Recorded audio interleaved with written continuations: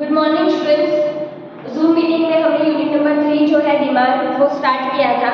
हमने देखा था कि डिमांड क्या है, डिमांड का मीनिंग, फैक्टर अफेक्टिंग डिमांड। तो demand is the quantity of commodity which a buyer desire is able and willing to buy at given price at a given point of time.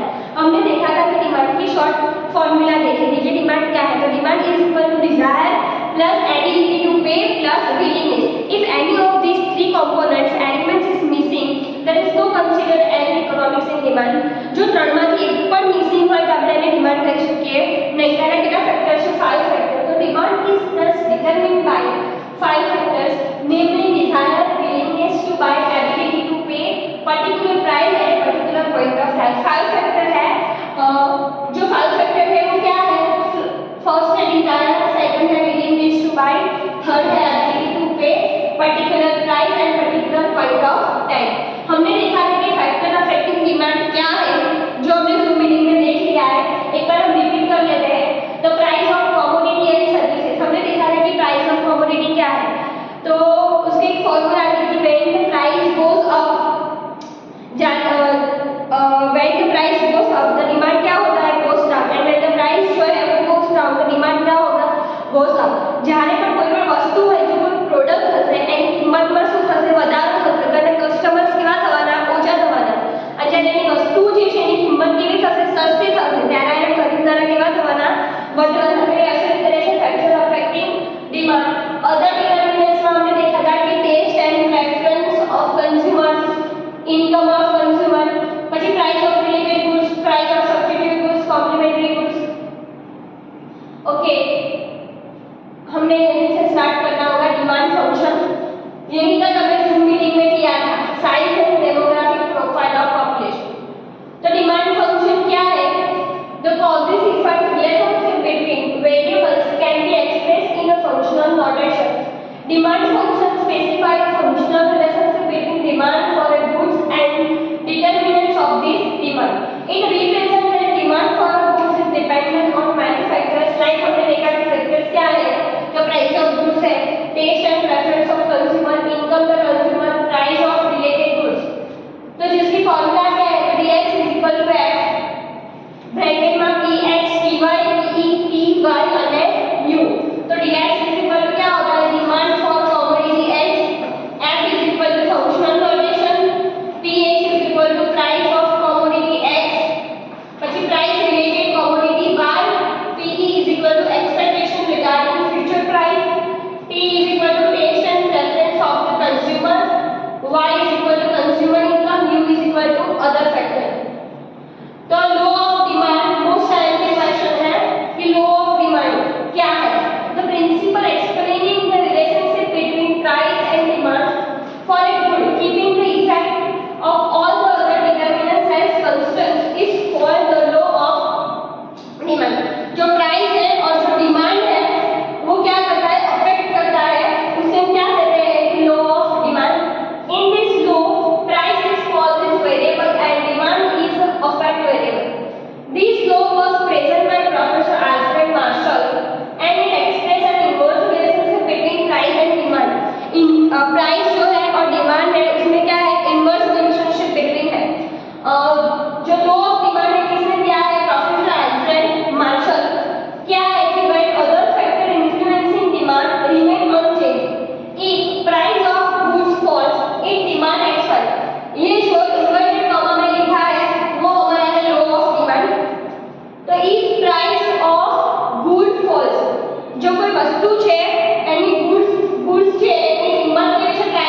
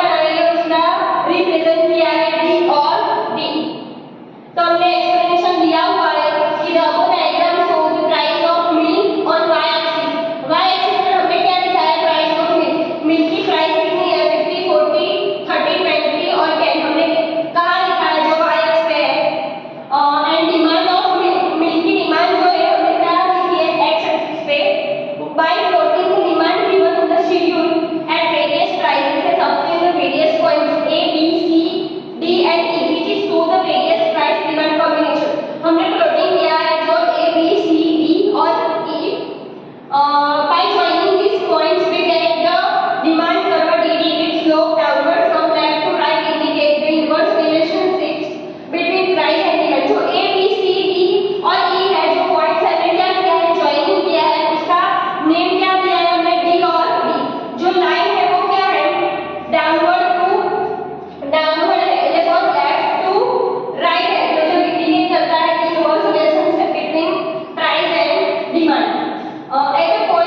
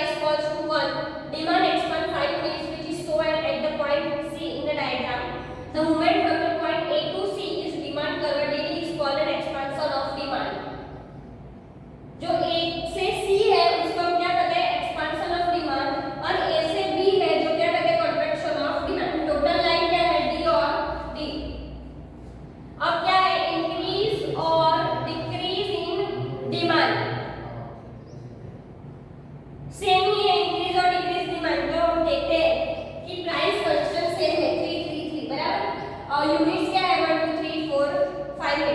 अब देखते हैं कि decrease in demand 1 2 और 3 decrease बताया, 4 और 5 क्या है इंक्रीज है।